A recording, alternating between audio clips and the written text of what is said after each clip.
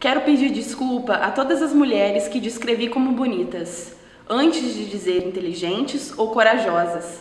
Fico triste por ter falado como se algo tão simples como aquilo que nasceu com você fosse seu maior orgulho, quando seu espírito já despedaçou montanhas.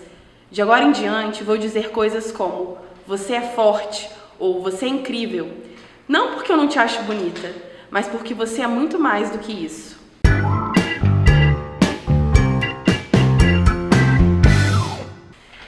Bom, eu comecei a ler desde muito cedo. Eu tenho avós que são professores, meu avô era ator de teatro, então eu cresci sempre sendo muito incentivada a consumir ferramentas culturais, né? Teatro, música, dança, livros. Então eu sempre cresci nesse meio e eu acho que isso me ajudou muito quando cheguei na fase da adolescência, na escola, de ter que ler os clássicos, né? Os Lusíadas de Camões, Eça de Queiroz, esses autores, foi muito mais fácil lidar com esses autores, fazer essas interpretações, porque eu já tinha esse hábito de leitura, que eu acho que é um dos grandes problemas hoje em dia, né? Os jovens, eles, além de todas as questões da tecnologia, que hoje eu acho que é um empecilho, na minha época a gente não tinha acesso, né? Não tinha nem... A internet estava começando e mesmo assim não era algo que todos tinham acesso. Então a gente não tinha muita coisa para fazer, ou você via televisão ou você lia livros, né? E eu, além, via muita televisão também, mas eu também lia muito. Eu escolhi esse livro porque ele representa grande parte dos autores que eu gosto de ler atualmente, que são autores jovens contemporâneos. É uma galera de 20 e poucos anos que escreve muito bem e que consegue dialogar com essa geração que precisa aprender a gostar de ler. Eles conseguem traduzir as angústias dos jovens da geração Y, X, de uma forma que os jovens leem, né? Não são jovens, mas jovens adultos ou adultos, né? A gente lê e a gente consegue se identificar com o que está sendo dito. Então eles falam sobre relacionamentos, eles falam sobre medo, sobre as dúvidas da vida, sobre as coisas que mudam de uma forma muito acelerada. Então eles falam isso ou com poesia ou com crônicas. Eu adoro ler crônica, porque a gente se identifica, né? A crônica, ela faz com que a gente leia aquilo ali e a gente pense em alguma situação que a gente já viveu ou que algum amigo, algum parente já viveu. Então eu gosto quando a leitura, ela traz elementos da vida real.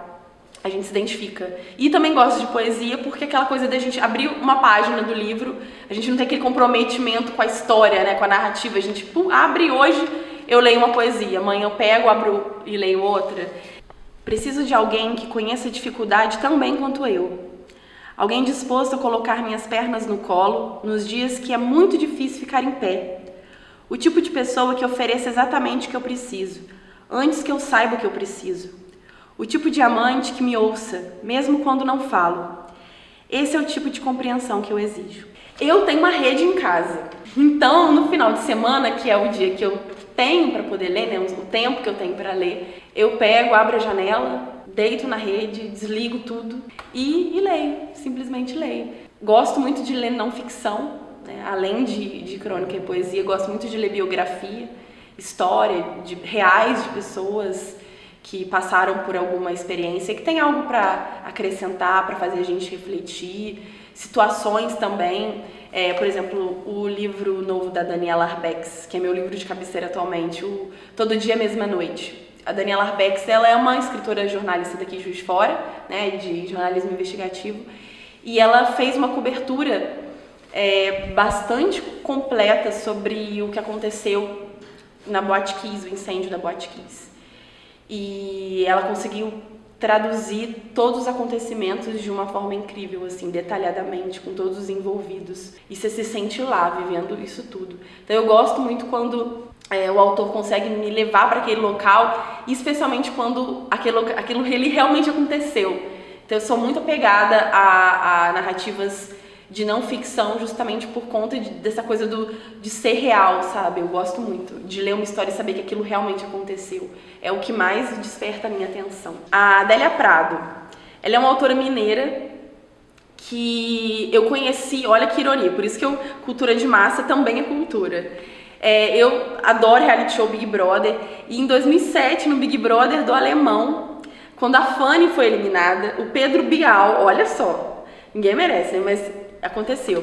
O Pedro Bial falou uma poesia, recitou uma poesia da Adélia Prado, e aí eu amei aquela poesia. E aí eu lembro que quando eu estava na faculdade, naquela época, em 2007, eu estava aqui na Estácio, né? Eu sou egressa e estava fazendo faculdade na época. O professor pediu pra gente fazer um trabalho visual e transformar a poesia em algo concreto. E aí eu usei essa poesia que o Pedro Bial tinha recitado, da Adélia Prado. Quando eu cheguei no mestrado, eu fiz mestrado na área de letras, e aí eu escrevi um artigo sobre a Adélia Prado, e aí ela veio aqui em Juiz de Fora, num evento do Sesc, chamado Sesc Literatura, que ele trazia grandes escritores no Cine Teatro Central, e eu fui para ver a Adélia Prado de perto, né, porque eu tinha praticamente criado um laço com ela, por meio das poesias dela. E aí eu levei um livro para ela autografar, e aí quando ela chegou perto de mim, que ela foi autografar, eu falei com ela: Adélia, você é uma das poucas escritoras que eu conheço que eu já escrevi sobre ela, que tá viva.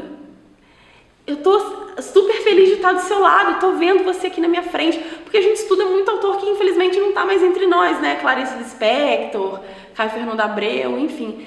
E aí ela tava ali do meu lado. E aí foi engraçado que ela foi autografar para mim o livro e ela escreveu: Vivamos. Né? Então, assim, aquilo ali pra mim vai imortalizar a Adélia Prado.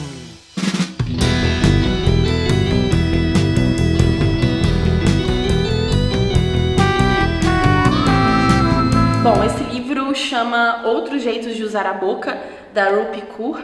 Ela é uma autora de 26 anos, indiana, feminista, e ela é uma dessas mulheres que consegue, por meio da poesia dela, fazer com que pessoas que não estão acostumadas com a leitura criem esse hábito de ler, né? Por meio das mensagens que ela consegue passar através das poesias dela.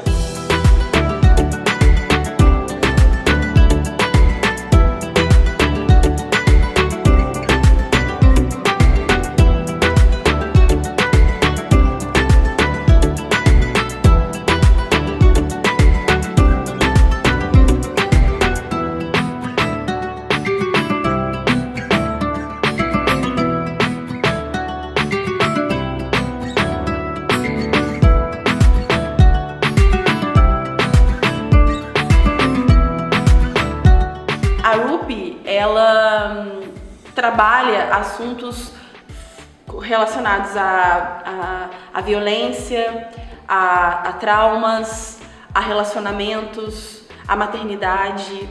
Então, ela abraça todas as mulheres, e ela diz, quando ela escreve esse livro, que ele foi feito como um conselho para ela mesma. Então, é ela conversando com ela mesma. Tanto é que ela fala no trecho que eu li, eu não tenho que falar que você é bonita, eu tenho que falar que você é incrível. Pra ser bonita, você nasceu bonita, né? Agora as outras coisas você conquistou, você é muito maior do que isso. Então é um conselho que ela dá. Então quando as mulheres pegam esse livro para ler, elas sentem esses conselhos chegando, isso bate de uma forma muito forte. Tanto é que esse livro é um best-seller, né? Mas isso também, nem por isso, isso não significa que ele não é uma leitura de qualidade, nada disso. Ele é incrível, eu super recomendo, gosto muito de trabalhar esse livro e incentivo as pessoas a ler. Eu sou água, leve o bastante para gerar a vida, violenta o bastante para levá-la embora.